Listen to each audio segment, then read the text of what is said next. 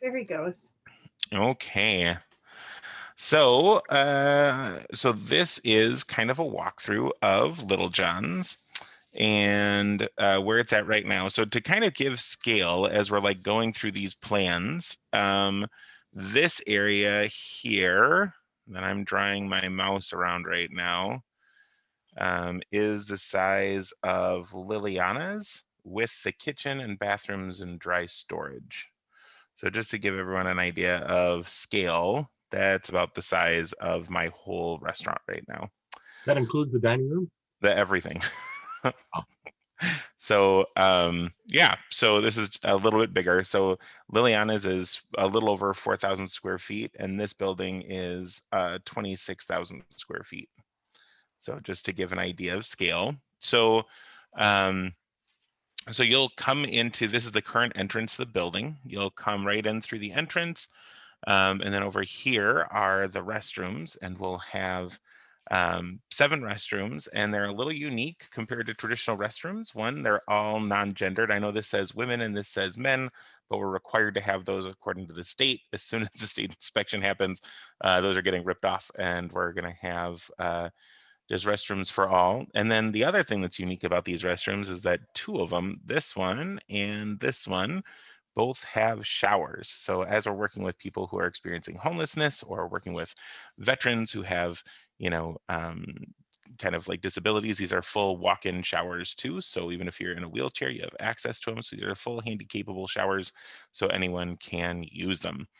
And then also in here, we'll have little goodie bags and whatnot for people that have miscellaneous toiletries, just kind of like disposable DOP kits, if you will, with a disposable razor and shampoo and that kind of stuff. These 2 restrooms, we're going to have locked and just give out with keys, but that still leaves 5 open restrooms, which is way more than we need for the capacity of the building. And that's just to help keep it a safe, clean place too. And then there's a mop closet over here. And then these are 2 diaper changing stations. And then all the sinks are right here in the middle with the paper towel dispensers over here. So yeah, everything is kind of shared. And that's right when you come in the entryway. This will be its own little space. And then this will be the restaurant. So ignore the entire restaurant. We'll get back to that in a minute.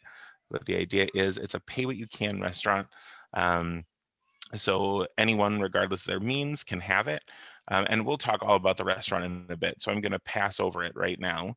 And then you're going to go into our training kitchen. And our training kitchen is really cool. And we'll go over that in more detail as well. But this is our veteran training kitchen. There'll be multiple different stations. So 4 different stations in here. And I'll show it to you guys in a bit. But this is really where we can do our real training, because when you get to the commissary kitchen, it's all going to be huge equipment. So this way we'll be able to actually show them like what it would be like to cook in a traditional kitchen space. So then this is our commissary kitchen. So it goes all the way around here and then all the way over here. And then it actually, ignore this wall, it's actually getting to here. So this will be kind of a galley that we can use for storage. And then this will be the entirety of the commissary kitchen, including going into this area where we'll have washers and dryers in house, the dish tank, and our packaging equipment. And then when you go south a bit, this room right here, so this is to kind of reorient, this is the entryway. If you go south, all of the doors will be key fobbed, so anyone can get in with access, and that's to help separate the spaces. So there'll be a key fob here, that'll be, you know, and one here, there'll be one for the door, and then during our hours of regular operation, this will automatically open, and these will stay locked, so people go just to the right place. Oh, and also I should mention, when you come in here, there'll be this will be our founders wall. So these are all the people who help make Little John's happen, especially from a financial point.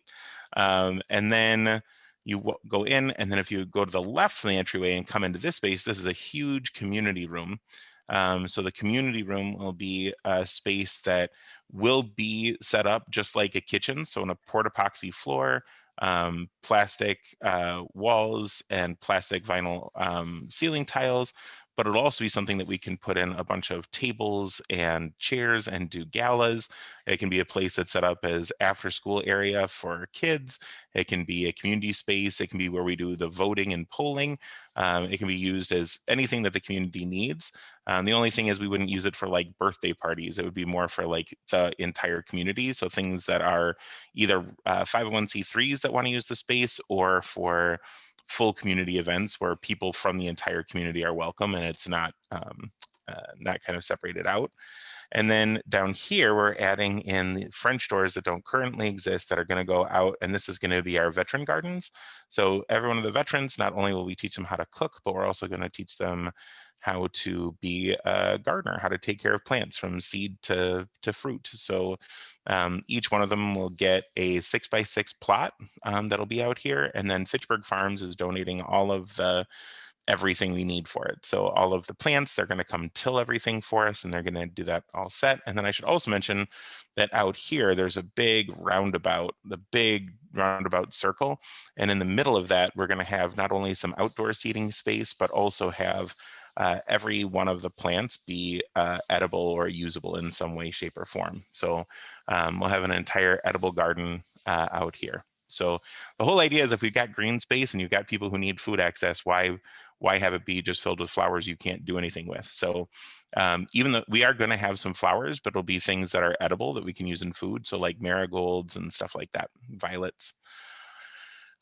So this was the training kitchen. And again, the training kitchen and the commissary kitchen, I'm going to go over in greater detail, but you can see just the scale of this commissary kitchen. It is about half the building.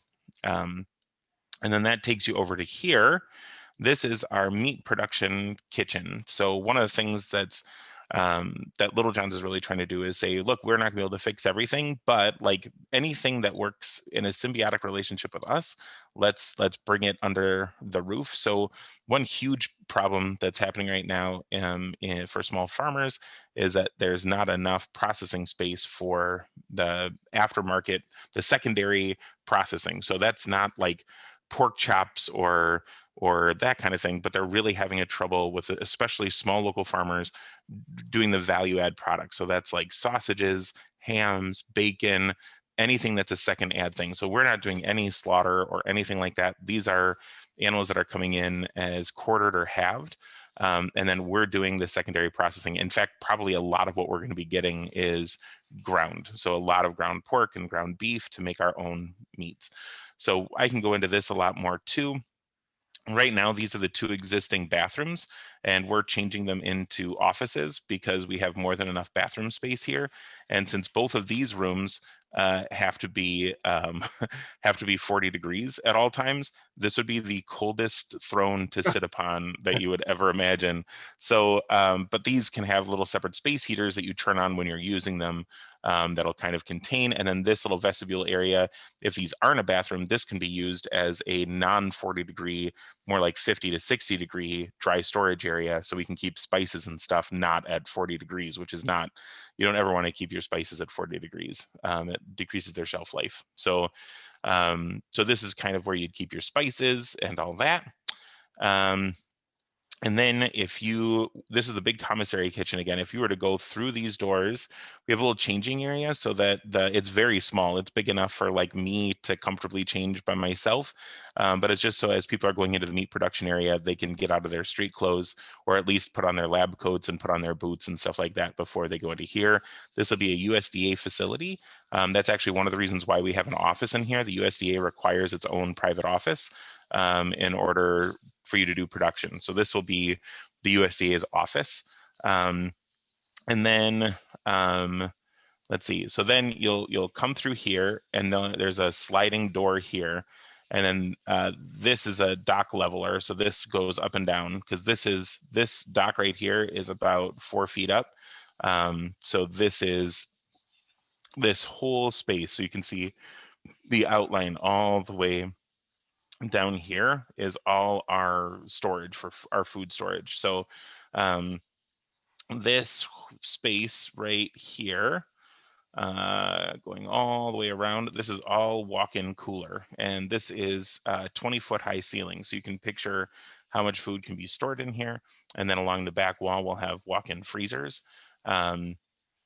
And then this whole area, so that's all the way up here. This is all refrigeration, and this is all just for Little John's, not even for the meat processing space.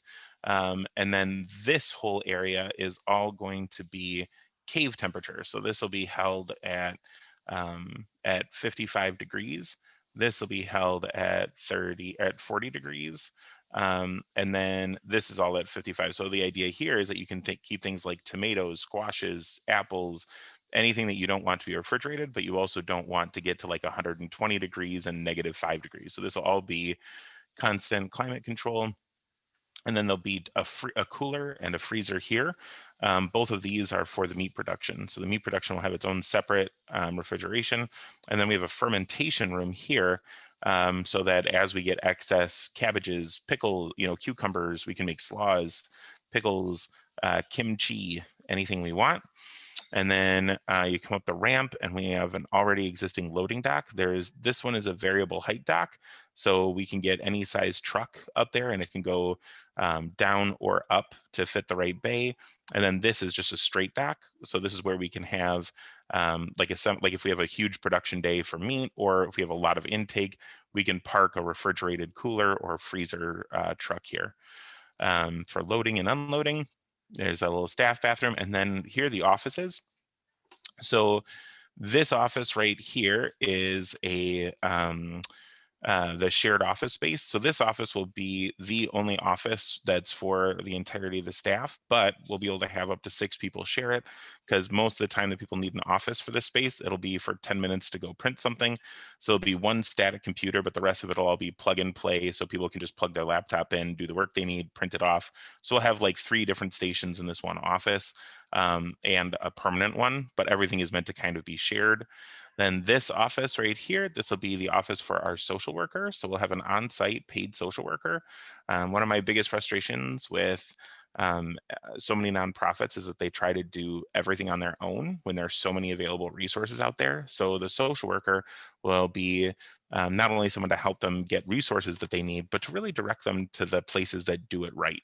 And then also with working with the veterans, only 50% of all veterans ever take any of their benefits. So this is another thing to try and say, hey, like there's the VA and there are tons of other programs and mental health things and stuff like that. And also connect them to other friends, like people with similar interests in the area. So a traditional social worker is really focused just on getting the paid medical benefits, and this is really about whole life improvement, right? So getting them in touch with their friends and communicating and that kind of stuff. And then this office right next to the social worker's office, this is our quiet room. So this will be a room that'll be all blacked out. So if someone needs to just have some time to be quiet or in their own space or to cool down, this will all be an insulated room with blackout windows. There'll be some comfortable like couches and spaces in here, and a TV if they just need to watch something. But this is just like a cool off room. This can also be a room for breastfeeding mothers and stuff like that. So just a place out of the way that just quiet. So when we were talking to a lot of veterans, that was one of their biggest recommendations, is like, a lot of them don't want to like cry for no reason in front of a bunch of people that they care and respect. So having a place where they can just go and be alone is really important. And then here's Dave's office, but this will be more than just me. This will also be like, this is kind of the equivalent of Liliana's office. So, this will be high end. This is the executive office, I guess you could call it. So this is the shared, this is where more of the important documents will be. And this will be a key fobbed entrance. This will be also fobbed, but anyone who has a fob will basically have access. And then this will be just for people who are given access. And then this one is a key fob door, but this is really more of an emergency door, because this room right here is going to be our educational wing. So this will work as our boardroom. There's already a huge boardroom table in there, like huge. And these leather chairs, they were all donated by a attorney's office that was moving. And so, but this will also be our educational room. So this will be where we do our classes. So that is the basic part of the big building. And so now I'm going to show you the 2 other parts, the training kitchen and the commissary kitchen and the restaurant. So